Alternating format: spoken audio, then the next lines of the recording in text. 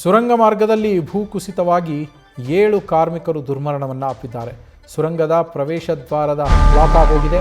ನೈಸರ್ಗಿಕ ಅನಿಲ ಸೋರಿಕೆ ಶಂಕೆ ಇರುವಂಥದ್ದು.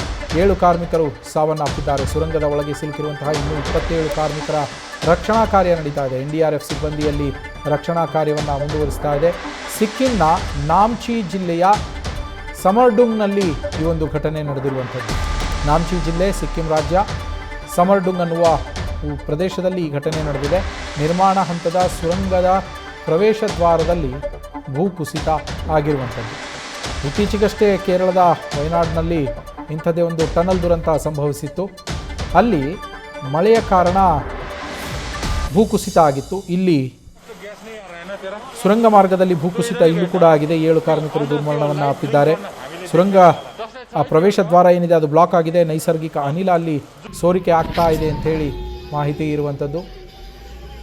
ಸುರಂಗ ಮಾರ್ಗದಲ್ಲಿ ಸಂಭವಿಸಿರುವಂತಹ ಭೂಕುಸಿತದಿಂದಾಗಿ ಸಾಕಷ್ಟು ಅವಾಂತರ ಆಗಿದೆ. 7 ಕಾರ್ಮಿಕರು ಸಾವನ್ನಪ್ಪಿದ್ದರೆ 27 ಜನ ಕಾರ್ಮಿಕರು ಈಗಲೂ ಕೂಡ ಸುರಂಗದ ಒಳಗೇನೆ ಸಿಲುಕಿಕೊಂಡಿದ್ದಾರೆ ಅನ್ನುವ ಮಾಹಿತಿ ಇದೆ. NDRF ಸಿಬ್ಬಂದಿ ಭರದಿಂದ ಅಲ್ಲಿ ರಕ್ಷಣಾ ಕಾರ್ಯಾಚರಣೆಯನ್ನು ನಡೆಸ್ತಾ ಇರುವಂಥದ್ದು. ತಮ್ಮ ಜೀವವನ್ನು ಪಣಕ್ಕಿಟ್ಟು ಅಲ್ಲಿ ರಕ್ಷಣಾ ಕಾರ್ಯವನ್ನು ಮಾಡಬೇಕಾದಂತಹ ಪರಿಸ್ಥಿತಿ ಇದೆ.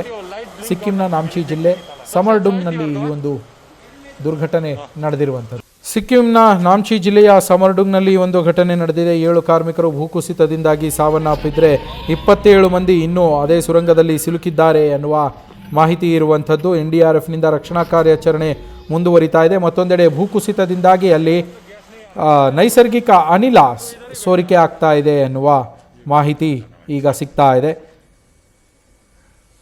ಭೂಕುಸಿತದಿಂದಾಗಿ ಸಂಭವಿಸಿರುವಂತಹ ದುರಂತ ಇದು. ಕ್ರಿಟಿಕಲ್ ರೆಸ್ಕ್ಯೂ ಆಪರೇಷನ್ ಈಗಲ್ಲಿ ಮುಂದುವರಿಕೆ ಆಗಿರುವಂಥದ್ದು. ಹಾಗೆ ಅಲ್ಲಿ ತುಂಬ ಡೇಂಜರಸ್ ಆಗಿರುವಂತಹ ಅನಿಲ ಲೀಕ್ ಆಗ್ತಾ ಇದೆ ಅನ್ನುವ ಮಾಹಿತಿ ಸಿಗ್ತಾ ಇದೆ. 27 ಜನ ಅದರ ಒಳಗಡೆ ಸಿಲುಕಿಕೊಂಡಿದ್ದಾರೆ. ಹಾಗೆ ಆ ಭೂಕುಸಿತ ಏನು ಸಂಭವಿಸಿತು ಆ ಭೂಕುಸಿತವೇ ಟನಲ್ನ ಎಂಟ್ರೆನ್ಸ್ ಏನಿರುತ್ತಲ್ಲ, ಪ್ರವೇಶ ದ್ವಾರ, ಅದನ್ನು ಬ್ಲಾಕ್ ಮಾಡಿ ಹಾಕಿದೆ. ಹೀಗಾಗಿ ಹೊರಬರೋದಕ್ಕೂ ಕೂಡ ಕಷ್ಟ ಆಗ್ತಾ ಇರುವಂಥದ್ದು. ನ್ಯೂಸ್ ಫಸ್ಟ್, ನಿರ್ಭೀತಿಯಿಂದ ನಿಮ್ಮ ಪರವಾಗಿ.